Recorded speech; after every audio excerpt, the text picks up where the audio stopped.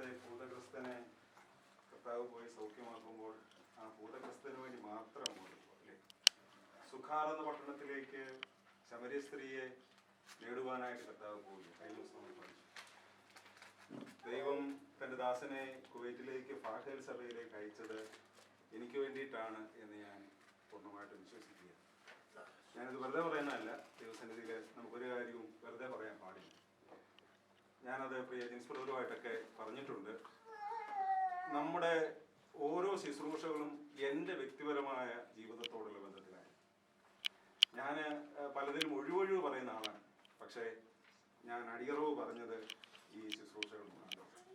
ഞാനത് ദൈവസന്നിധിയിൽ ഏറ്റു പറഞ്ഞു.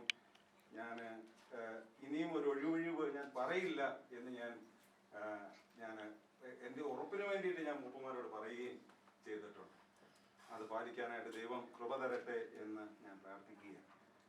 വളരെ ഹൃദ്യമായ ശുശ്രൂഷകൾ ലഭിക്കാനായിട്ട് കർത്താവ് സഹായിച്ചു. പ്രിയ ദേവദാസന്റെ ശുശ്രൂഷകളൊക്കെ ഒരുപാട് ഈ യൂട്യൂബിലൂടെയൊക്കെ കേട്ടിട്ടുണ്ട്. ചില ചിന്തകളൊക്കെ ഞാൻ ഇവിടെ ഷെയർ ചെയ്തിട്ടുണ്ട്.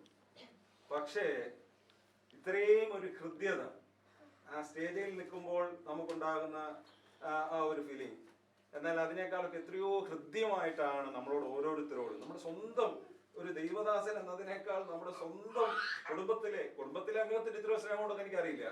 അതിനേക്കാൾ ഉപരിയായി നമ്മളോട് വളരെ ഹൃദ്യമായി ഇടപെടുവാൻ, സംസാരിക്കുവാൻ, നമ്മളെ ഉപദേശിക്കുവാൻ, ശാസിക്കുവാൻ ഒക്കെ കർത്താവ് തന്റെ ദാസനെ ഉപയോഗിച്ചു. അത് സഭയുടെ നന്മയാണ്, ഞങ്ങളുടെ അനുഗ്രഹമാണ്.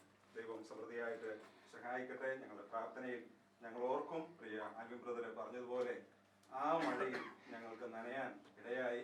അത് ദൈവത്തിന്റെ വലിയ കരുണയാണ്. കർത്താവ് സഹായിക്കട്ടെ. തുടർന്നുള്ള ശുശ്രൂഷകളിലും ദൈവത്തിന്റെ കൃപ വ്യാപരിക്കട്ടെ. ദൈവനാമം